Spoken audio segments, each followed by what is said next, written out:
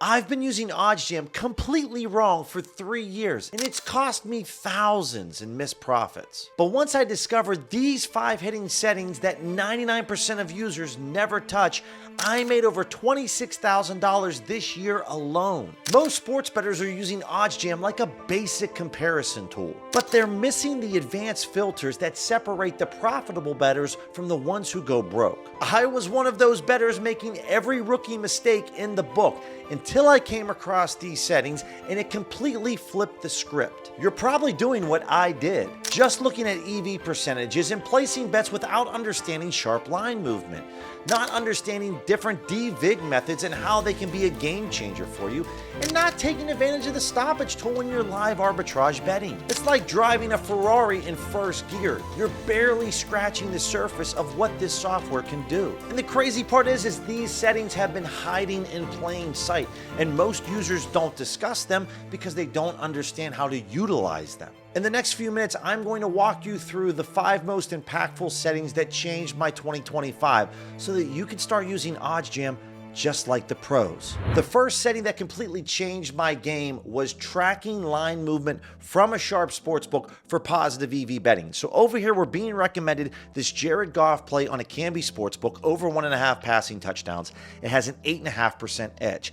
So here's how it works. When a sharp book like Pinnacle or Circa or Bookmaker move their line, it's usually because its smart money has come in on one side, but the recreational books, and in this case, a Bet Rivers, hasn't reacted to it. So when we zoom in here, you can see that this light gray line is Pinnacle. And the key in understanding this is that line movement isn't random, it's information. So what you can notice here is that about a few hours ago, Pinnacle was at minus 133 odds. Now, about 40 minutes ago, they moved to minus 150. That's a 17-cent movement. That's a really big deal. Bet Rivers hasn't adjusted their price. Now, they may adjust their price 10 minutes or 30 minutes down the road, but at the moment, this is ripe for the taking. Following this movement and betting the slower books, you're essentially betting with sharp money instead of betting against. The second game-changing setting is the stoppage feature when I'm live arbitrage betting. As you can see, I'm selected on live over here on the arbitrage tool. When we open up the features, most people try to bet live while the play is going on, but that's really impossible because the odds are moving so quickly. And if you're new to live arbitrage betting, this is going to be very frustrating for you. So my advice is to click off of live and move solely to stoppage. This is going to solve your problems because when the game's in commercial breaks or an injury timeout or halftime, this is where plays are going to pop up. While there might be less plays that pop up on the screen, the ones that do, this will allow you the window of opportunity for you to capture the returns, somewhere between a 25 to 60 second window. And this is exactly how I made $15,000 live arbitrage betting in the month of March this year with the NBA. With the NFL and the NBA and college basketball, these stoppage breaks are going to be a game changer for you. Make sure you activate this when live arbitrage betting. The third setting that most users either completely ignore or just don't understand, so they don't bother with it, is the Devig methods. So over here, when I open up the filters, you can see that we have 5 different options here with OddsJam. So let's break this down one by one. Multiplicative. What does it mean? Multiplicative assumes that the VIG is distributed equally across both sides of a wager. Over here, looking at the total points in this Giants-Cowboys game, when we click on the Show Sportsbook VIG, you can see down here at the bottom that the percentages pop up. This is the amount that the sportsbooks are going to make off of this play. They're just trying to have equal amounts of money down on each side so that FanDuel can make their 4.7%. So when you're looking at tight spreads like NFL point spreads or total points, the main lines, this is where multiplicative is going to be in its best use case. When we're talking about additive, this believes that the VIG is not proportional to one another.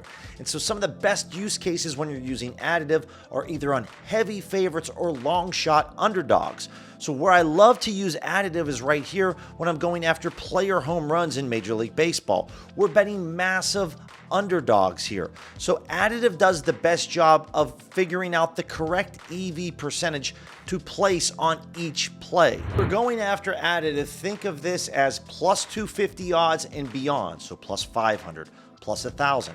Or on the flip side, minus 250, minus 500, minus 900. That's where additive is going to be your go-to Devig method. The hybrid model that lives in between multiplicative and additive is power. Anytime that I'm looking at plays between a minus 200 to plus 200 odds range, that's where power comes into play. Power is very reliable because it doesn't just assume that the VIG is even on one side or lopsided on one side compared to the other. That's why it's really an overall solid hybrid model that you want to utilize. My favorite Devig setting to choose out of all of these is worst case. It is by far the most conservative, and I would advise this for most risk-adverse sports bettors. It is assuming that the VIG is against us. So when you come over to the positive EV tool and you see this left-hand side where all of these plays have some type of edge, this is the most conservative estimate. Whereas best case is the most aggressive. So take a look at this Devonta Smith play. We're currently on worst case. This has just over an 8.5% edge. But when we come over to best case, you're going to see this play jumps up to almost 10%.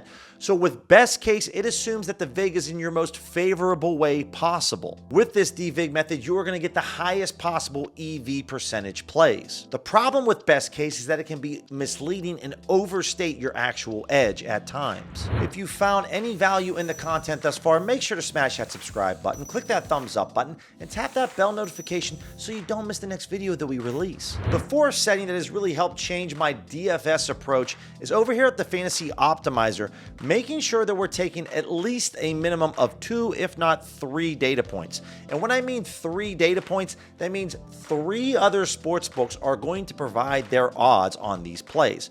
So Rocco Becht right here, over 265.5 passing and rushing yards. On a 5 or 6 pick entry over here on Prize Picks, we're going to get this at minus 119 odds. When I scroll over, you can see that Underdog has his line at 277.5 passing and rushing yards. Fliff has the same exact line. Hot Streak thinks that this line at 265.5 should be at minus 168 odds. So I have 3 other sports books outside of Prize Picks that are providing me some type of reference. The more books that are providing data points here on a particular play provides me more confidence. If there's just Prize Picks and Underdog, I don't have as much confidence when evaluating a play compared to, in this example, I have 3 other sports books to look at. This has helped level up my game when I'm making decisions on what type of players I'm going to add to my slip. While all of these plays have some type of edge, I have more confidence when more books are posting odds. The final setting that has really leveled up my game is paying attention to liquidity on sharp sports books, particularly when we're betting on football. So when you're looking over here at the Seahawks and the Steelers, over 39.5 points, this is being recommended for us to bet this over at no vig. You can see there's $95 over here at no vig that we can take advantage on this play. When I open this up, you can see that Pinnacle was taking $3,000 on the over and $3,000 on the under. Whereas when I go and look at this Arizona State first quarter team total over 8.5, and there's a very high edge over here on Fanatics, I open this play up, you can see that Pinnacle's only taken $250 of a max wager on the over and $250 on the under. Here's what most people don't understand. More liquidity on the sharp books equals more confidence. So the higher the number that I see on Pinnacle that they're taking, that breeds me more confidence when I find plays on the EV tool that have an edge. So in that example, I have more confidence in betting that over on the Steelers and Seahawks because Pinnacle's taking $3,000 on that play compared to $250 on the Arizona State play. It's not that the Arizona State play isn't a solid play, it's just that I have more confidence when I'm placing my hard-earned money on plays that have high liquidity. That's why I make sure that I focus on markets that have over $1,000 in liquidity. Having the ability to see where the liquidity number is on sharp books on the EV tool has leveled my game up. When I see $3,000, $5,000, or $10,000 that Pinnacle's taking on a play, and then from tip number 1, seeing that Pinnacle's moved within the last 60 minutes in a certain direction, those are all green light indicators that breed more confidence for me to smash the play that I see on the EV tool. This is how you can stop using OddsJam as a basic tool comparison and level your game up with these 5 tips. For my EV bettors, switching to worst case as the conservative approach, looking at liquidity and line movement from sharp books is going to be a recipe for success.